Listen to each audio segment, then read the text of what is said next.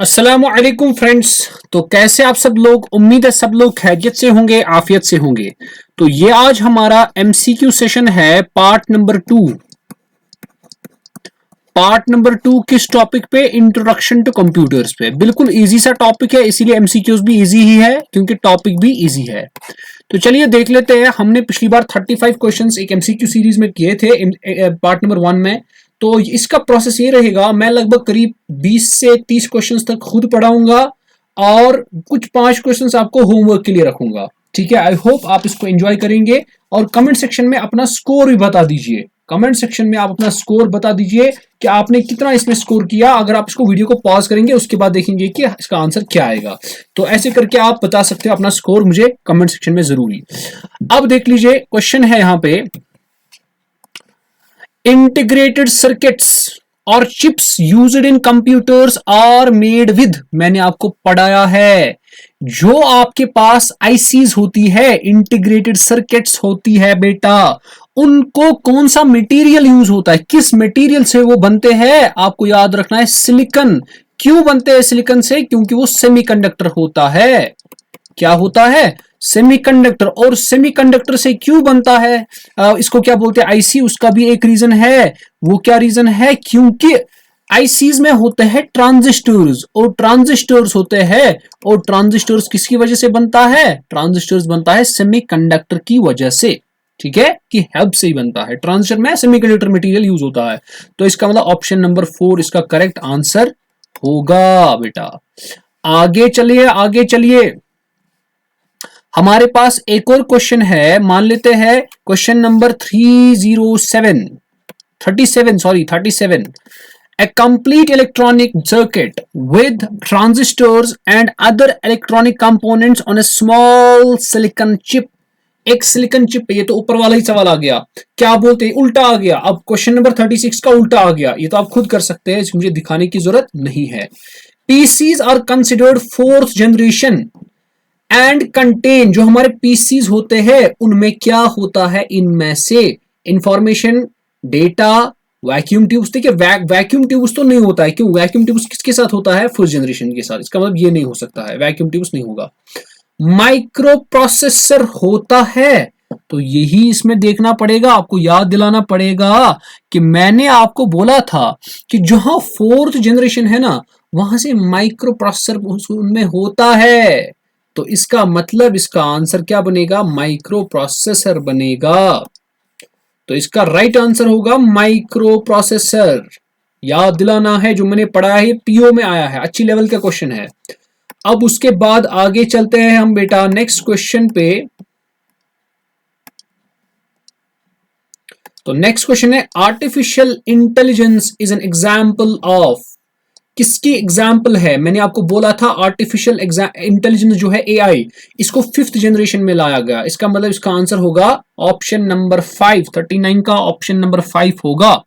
First computer of India. देखिए पूछा जा सकता है, ये क्वेश्चन बहुत बार पूछा जाता है। फर्स्ट कंप्यूटर जो है इंडिया का वो था सिद्धार्था। क्या था? सिद्धार्था आपका पहला कंप्यूटर था। किसका? इंडिया का। अब दूसरा है, computers basic architecture was developed by. सबसे पहले किसने कंप्यूटर का आर्किटेक्चर, मतलब बेसिक, एक तो हो गया पहले वो नहीं, लेकिन बेसिक आर्किटेक्चर किसने दिया? वो किसने डेवलप किया था? इसका आंसर बनेगा, क्या बनेगा बेटा? वो बनाया था जॉन वॉन न्यूमैन ने बेसिक आर्किटेक्चर। हमने पढ़ा भी है कि जॉन वॉन न्यूमैन एक ऐसा बंदा था जिसने पहली बार आर्किटेक्चर बनाया कोई, ठीक है, कंप्यूटर के लिए। आगे चलिए बेटा, क्वेश्चन नंबर 42। तो क्या बोलता है हमारा question number 42? Who developed IC. याद है आईसी किसने बनाई थी? आईसी बेटा बनाई थी किल्बी ने। अगर आपको याद होगा तो आईसी किल्बी ने बनाई थी। तो 42 को सी ऑप्शन है। ठीक है, आगे चलिए, आगे चलिए। In the latest generation computers the instruction are executed. मैंने पढ़ाया है, जो लेटेस्ट जनरेशन कंप्यूटर्स है ना, उनमें एक तो पैरेलल में भी इंस्ट्रक्शन चलती है और सीक्वेंशियल में भी चलती है। इसका मतलब option number 3, both A1 and 2। Clear है बेटा? आसान से क्वेश्चंस है। अब देख लीजिए उसके बाद 44th question. Micro computer hardware consist of three basic categories of physical equipment. क्या होता है उनमें, ये आप बताओगे मुझे कमेंट सेक्शन में। Which are the following options correctly express the meaning of term PCs, ये भी आप मुझे बताओगे। ऑप्शंस इसमें दिए गए हैं, तो आप देख सकते हैं, वीडियो को पॉज कर दीजिए, उसके बाद इसका आंसर मुझे आप बता देंगे। Which of the following is a small microprocessor based computer designed to be used by one person at a time? देखिए, अब नेटबुक, सुपर कंप्यूटर, देखिए super computer, all in one, notebook, personal computer, इनमें से कौन सा ऐसा small micro computer है जिसको खाली एक पर्सन, डिजाइन इसलिए किया गया ताकि एक ही person at a time use किया करे। ठीक है, तो इसका आंसर क्या है, इसका आंसर है पर्सनल कंप्यूटर, क्योंकि पर्सनल एक ही कंप्यूटर एक ही पर्सन आदमी यूज करता है। ठीक है, एट ए टाइम एक ही आदमी यूज करेगा। टैबलेट पीसी, आपको पता है, बोला था मैंने टैबलेट पीसी क्या होता है। ठीक है, तो अब देखते हैं क्वेश्चन क्या है टैबलेट पीसी के मुतालिक। Tablet PC is a type of, क्या है बेटा, micro computer, super computer, mini computer. मैंने आपको बोला ये माइक्रो कंप्यूटर होता है। टैबलेट पीसी जो है ये आपके पास बेटा आ जाएगा micro computer. Computers that are portable and convenient to use for users who travel are known as, वो तो सिंपल सी बात है, लैपटॉप्स होते हैं, लैपटॉप्स ही आप ट्रैवल कर सकते हो ना उसके साथ। अच्छा जी, ये पोर्टेबल होता है। Desktops and personal computers are also known as, 1000 बार कह चुका हूं, इसका नाम क्या कहते हैं हम, इसका नाम कहते हैं हम 49 का डी आ जाएगा, यानी 5 micro computers. Desktop computers, personal computers, ये दोनों के दोनों किस में आ जाते हैं, माइक्रो कंप्यूटर में आ जाते हैं। इसके बाद आगे अगला सवाल देख लो, which are the following use the hand held operating system. अब ये अच्छा सवाल है, ये एसबीआई में पूछा गया है, पीओ के एग्जाम में 2013। इनमें से कौन सा ऐसा है जो hand held operating system use करता है। तो मैंने आपको ये पढ़ाया है अपने लेक्चर्स में, एक पीडीए जो है, ठीक है, ये आपका hand held operating system use करता है। तो अब क्या आ जाएगा, इसके बाद हमारा आ जाएगा 51 क्वेश्चन। ठीक है, अब इसमें क्या होता है काम, आप बोलोगे सर ये क्या होता है, पीडीए का मतलब क्या होता है, तो इसको याद रख लीजिए। पीडीए का मतलब भी आपको हो सकता है क्या, ये क्या होता है सर, पीडीए होता है पर्सनल, इसको बोलते हैं personal digital assistant, personal digital assistant. तो पीडीए का मतलब है पर्सनल डिजिटल असिस्टेंट। ये कौन सा ऑपरेटिंग सिस्टम यूज करता है, हैंड हेल्ड करता है यूज। क्लियर है, आगे चलिए क्वेश्चन नंबर 51 पे। Palm top computer is also known as, ये आसान है, आप खुद कर सकते हैं। A central computer that holds the collection of datas and programs for many PCs. अच्छा जी, अब देखो, एक ऐसा सेंट्रल कंप्यूटर जो बाकी सारे कंप्यूटर्स का, that holds collection of data, सारे कंप्यूटर्स का डेटा प्रोग्राम्स उसी में होते हैं, उसको क्या बोलते हैं, वो तो आपका सर्वर बन जाता है। मैंने आपको बोला है, ये 1000 बार कह चुका हूं, वो सर्वर बनेगा। तो इसका मतलब बेटा जी, इसका ऑप्शन क्या आ जाएगा, 52 का 4 ऑप्शन बन जाएगा। क्लियर है, तो इसका ऑप्शन बन जाएगा server. Which computer is used for CAD यानी कैड कैलकुलेशंस, बोला था मैंने, कैड कैलकुलेशंस के लिए हम कौन सा कंप्यूटर यूज करते हैं, उसको हम क्या बोलते हैं जी, कमेंट सेक्शन में लिखो, कमेंट सेक्शन में लिखो। उसको हम क्या लिखते थे, ये स्पेशल पर्पस कंप्यूटर्स होते थे। ठीक है, जो कंप्यूटर या इंजीनियरिंग प्रॉब्लम्स होती थी उनको सॉल्व करने के लिए हम ये यूज करते थे। तो मैंने पढ़ाया है, अगर आपने लेक्चर्स देखे हैं तो 53 का आंसर आप मुझे बता सकते हो। आगे चलिए, आगे चलिए, अभी क्वेश्चंस आने बाकी है। 54 which are the following is generally costlier, ये भी आप मुझे बता सकते हो, कौन सा है, server, notebook computer, personal computer, laptop computer, main frame computer. अब इनमें आपको बताना है कौन सा कॉस्टली होता है। तो आपको पता है, सबसे पहले ऑप्शंस को एलिमिनेट करते हैं। ठीक है, तो सबसे पहला काम होता है ऑप्शंस को एलिमिनेट करना। सर नोटबुक कंप्यूटर होगा, नहीं, ये पर्सनल कंप्यूटर है। पर्सनल होगा, नहीं, ये मतलब दोनों है ना, इंडिविजुअल लेवल पे यूज होते हैं। लैपटॉप होगा, नहीं। अब मसला है सर्वर और मेन फ्रेम में। आपका जो आ जाएगा इसमें मेन फ्रेम आ जाएगा। सर्वर उतना महंगा नहीं होता है जितना आपका मेन फ्रेम होता है, ठीक है, क्योंकि मेन फ्रेम में आपको स्टोरेज रखनी होती है ज्यादा, बाकी चीजें उसके पैरामीटर्स बहुत सारे होते हैं, तो इसका मतलब आप याद रखोगे mainframe is costlier than server. आगे चलिए बेटा, अगला क्वेश्चन आपकी स्क्रीन पे है, the user generally applies dash to access mainframe और सुपर कंप्यूटर। अगर यूजर को सुपर कंप्यूटर को एक्सेस करना है या मेन फ्रेम कंप्यूटर को एक्सेस करना है तो फिर वो क्या अप्लाई करता है?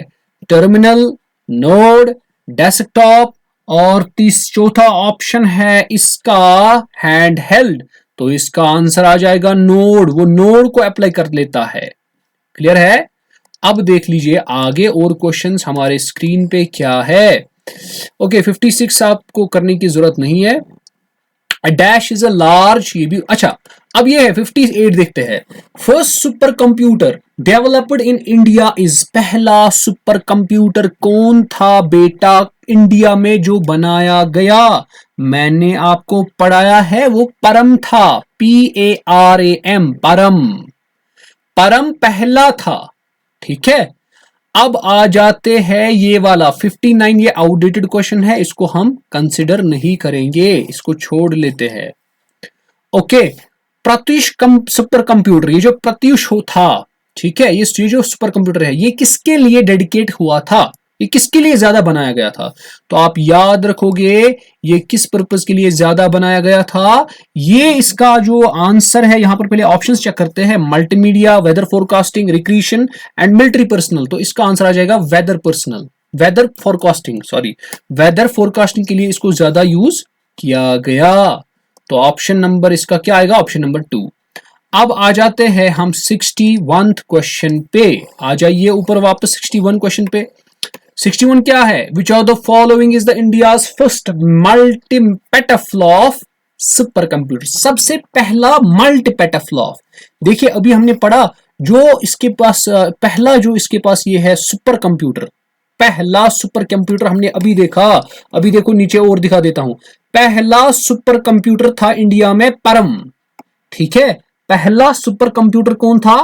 परम था। लेकिन लेकिन लेकिन अब बोलता है इंडिया का पहला मल्टी पेटाफ्लॉप्स सुपर कंप्यूटर कौन था? मल्टी पेटाफ्लॉप्स याद रखोगे, मल्टी पेटाफ्लॉप्स, ठीक है। तो उसका आंसर क्या आ जाएगा? वो आ जाएगा प्रत्युष। प्रत्युष आपका पहला ऐसा India's multi petaflop super computer था जो इंडिया ने डेवलप कर दिया। उसके बाद हमारे पास analogue computer works on the supply of, ठीक है। इसमें कौन सी सप्लाई होती है? मैंने आपको बोला एनालॉग कंप्यूटर कंटिन्यूअस डेटा पे, कंटिन्यूअस वेरिएबल्स पे अप्लाई होता है, उसी बेस पे, इसका मतलब इस पे कंटिन्यूअस सिग्नल्स अप्लाई होती है, ठीक है। एनालॉग और डिजिटल में क्या फर्क है? Analog computer analog signals use करता है और एनालॉग सिग्नल्स कंटिन्यूअस होती है, और digital computers digital signals use करता है जो कि क्या होती है? डिस्क्रीट होती है। अब इसके बाद सीज्मोग्राफ इज एन एग्जांपल ऑफ, ठीक है, ये आप मुझे बता दोगे कमेंट सेक्शन में। तो चलिए इसके बाद हम देखते हैं next question. These computers work by calculating binary digits, ठीक है, these computers work by calculating the binary digits. कौन सा इनमें से ऐसा कंप्यूटर है जो बाइनरी डिजिट्स पे काम करता है? मैंने अभी बोला वो आपका डिजिटल होता है। तो डिजिटल क्यों होता है? क्योंकि वो डिस्क्रीट होता है, वो खाली कुछ ही वैल्यूज लेता है। तो 64 का ऑप्शन नंबर 2 करेक्ट होगा। Choose the odd one out, ये खुद देख, चलो मैं दिखा देता हूं। Micro computer, mini computer, super computer, digital computer, notebook computer. लेकिन माइक्रो, मिनी, सुपर, नोटबुक ये एक ही क्लासिफिकेशन है। इसमें डिजिटल जो है ना वो अलग दिख रहा है, वो इसकी क्लासिफिकेशन का नहीं है, इसका मतलब इसको डिजिटल ही आ जाएगा। 65 का ऑप्शन नंबर 4 करेक्ट है। आगे आ जाइए क्वेश्चन नंबर 66 पे। क्या बोलता है क्वेश्चन आपके स्क्रीन पे? ये है a hybrid computer is the one having the properties of. मैंने बोला था आपको हाइब्रिड कंप्यूटर वो कंप्यूटर होता है जिसमें एनालॉग और डिजिटल दोनों की प्रॉपर्टीज होती है। इसका मतलब option number 3 is the correct answer. ठीक है बेटा, ऑप्शन नंबर 3 आपका करेक्ट आंसर आ जाएगा, analog and digital. What which types of computers are used in hospitals like ECG and dialysis. मैंने आपको बोला था ईसीजीज के लिए, डायलिसिस के लिए जो कंप्यूटर्स यूज होते हैं वो हाइब्रिड होते हैं, यानी वो एनालॉग सिग्नल भी यूज करते हैं और डिजिटल सिग्नल भी यूज करते हैं। तो इसका ऑप्शन नंबर क्या आ जाएगा, ऑप्शन नंबर 2, 67 का ऑप्शन नंबर 2 आ जाएगा। General purpose computers are used for, general purpose जो है वो किसके लिए यूज होते हैं, वो हर किसी काम के लिए यूज होते हैं। ठीक है, तो इसमें देखोगे कौन सा ऑप्शन होगा, तो वो आप इसको लगा सकते हो। तो आगे हम चलते हैं नेक्स्ट क्वेश्चन पे। Which is not the example of special purpose computer. ठीक है, इसका आंसर भी आप मुझे कमेंट सेक्शन में जरूर बताएंगे। तो अब आपके पास कुछ और क्वेश्चंस है जो आपके पास मैं दिखाऊंगा। Which type of computer is used in automatic aircraft landing? Automatic aircraft landing में जो बेटा यूज होता है ना, उसको बोलते हैं हम स्पेशल पर्पज कंप्यूटर। उसके लिए स्पेशल यानी एक होता है, देखिए एक होता है मल्टीपर्पज कंप्यूटर, एक होता है special purpose computer. Special purpose का काम होता है खाली वो कुछ एक स्पेसिफिक टास्क के लिए बनाया गया होता है। अब ऑटोमेटिक एयरक्राफ्ट लैंडिंग है, उसका काम है कि खाली ऑटोमेटिकली एयरक्राफ्ट को लैंड करवाना। उसके लिए कौन सा कंप्यूटर यूज होगा, स्पेशल पर्पज कंप्यूटर होगा यूज। ठीक है, अब ये इंपॉर्टेंट है। Which of the following is smallest and fastest computer imitating brain? ये मैंने पढ़ाया है, ये बनाया था रिचर्ड फिनमैन ने। ये किसने बनाया था, ये किसने इंट्रोड्यूस करवाया था ये रिचर्ड फिनमैन, जो फिजिस्ट है, बिकॉज क्योंकि वो क्वांटम मैकेनिक्स को अच्छी तरह से जानता था, उसी ने इसको इंट्रोड्यूस करवाया। इसका नाम था रिचर्ड फिनमैन, ये फिजिस्ट था, और इसने कौन सा कंप्यूटर बनाया जो इमिटेट करता है, फास्टेस्ट कंप्यूटर जो है ना, जो ब्रेन हमारे ह्यूमन ब्रेन्स को इमिटेट करता है यानी कॉपी करता है, वो आपका क्वांटम कंप्यूटर्स आता है। वो आपका क्या बनता है, क्वांटम कंप्यूटर्स। तो बस आज के लिए इतना काफी है। तो ये हमारे कुछ एमसीक्यूज थे किस पे, इंट्रोडक्शन टू कंप्यूटर पे। आई होप आपने एंजॉय किया होगा। अब इसके बाद जो हमारा लेक्चर होगा, अब सीधे लेक्चर स्टार्ट होगा किस पे, कंप्यूटर आर्किटेक्चर पे। अब मैं आपको समझाऊंगा कंप्यूटर के आर्किटेक्चर में क्या क्या चीजें होती है। ठीक है, जो मिसाल के तौर पर आपका न्यूमैन ने दिया, ठीक है, बेसिक आर्किटेक्चर हम देखेंगे कि उसका क्या था, जो पहला कंप्यूटर था उसका आर्किटेक्चर कैसा था, वो हम पढ़ने वाले हैं। यानी उसमें आउटपुट होगा, इनपुट होगा, और उसमें सीपीयू होगा, ठीक है, और उसमें क्या होगा, उसमें मेमोरी भी होगी। तो ये चार चीजें हमको उसमें पढ़ना है। वो चार चीजें कैसे अरेंज होती है, वो कैसे काम कर लेती है, तो वो हमारा अगला क्लास का लेक्चर होगा, टॉपिक होगा। तो तब उसके बाद हम जाएंगे फिर आउटपुट में, इनपुट में, और फिर इस सीपीयू को अलग अलग से पढ़ेंगे, मेमोरीज को अलग अलग से पढ़ेंगे। उसके बाद जब ये खत्म होगा फिर पढ़ेंगे हम हार्डवेयर के कितने टाइप्स होते हैं, सॉफ्टवेयर के कितने टाइप्स होते हैं। जैसे सॉफ्टवेयर में एक आएगा एप्लीकेशन सॉफ्टवेयर, एक आएगा सिस्टम सॉफ्टवेयर, बहुत सारी चीजें। तो ये हमारा ऐसे चलेगा। फिलहाल मैंने आपको बता दिया हम कैसे चलने वाले हैं आगे। इसके बाद सबसे पहले क्या पढ़ाऊंगा, आर्किटेक्चर पढ़ाऊंगा, सिंपल बेसिक आर्किटेक्चर समझाऊंगा। पहले क्या होता है आर्किटेक्चर में, चार चीजें होती है, आउटपुट, इनपुट, सीपीयू, मेमोरी। जब ये चार चीज खत्म हो जाएंगी, इसका मतलब हम फिर अलग आउटपुट डिवाइसेस को पढ़ेंगे, इनपुट डिवाइस को पढ़ेंगे, सीपीयू में क्या होता है, कैसे काम करता है, मेमोरी में कितनी टाइप्स ऑफ मेमोरी होती है, फिर हार्डवेयर क्या होता है, सॉफ्टवेयर क्या होता है, फिर सॉफ्टवेयर के टाइप्स, हार्डवेयर के टाइप्स, सॉफ्टवेयर के टाइप्स बहुत सारे आते हैं, जैसे एप्लीकेशन सॉफ्टवेयर, सिस्टम सॉफ्टवेयर, और भी बहुत सारे टाइप्स होते हैं। तो इन सारों को कवर करेंगे, और फिर जो भी टॉपिक्स फिर बच जाएंगे फिर उसके बाद वो कवर करेंगे। आई होप आपने लेक्चर को एंजॉय किया होगा। तो चलिए आज के लेक्चर में हम इतना ही करेंगे। नेक्स्ट लेक्चर में मिलते हैं, आर्किटेक्चर हम पढ़ने वाले हैं। तो सब हमारी चैनल को अभी सब्सक्राइब कर दीजिए। आपको सारे जितने भी वीडियोस है इकोनॉमिक्स के और कंप्यूटर के, उसके एमसीक्यूज, और इकोनॉमिक्स के भी एमसीक्यूज जल्दी ही स्टार्ट होंगे। तो आप बस जुड़े रहे, और साइंस पोर्शन भी जल्दी ही सारा स्टार्ट करवाऊंगा। ठीक है, वंस थोड़ा स्टैटिस्टिक्स और मैथमेटिक्स कंप्लीट हो जाए तो आपका साइंस भी जल्दी स्टार्ट होने वाला है। तो फिर देर किस बात की, आप सब्सक्राइब कर दीजिए और चैनल को सब्सक्राइब कर दीजिए, और हमें भी सपोर्ट कर दीजिए। हमें इसमें मोटिवेशन मिलती है, मुझे भी, ताकि मैं आपके लिए जो वीडियोस है आपके लिए बनाऊं, कंटिन्यू रखूं। तो चलिए मिलते हैं हम अगले क्लास में, तब तक के लिए अल्लाह हाफिज।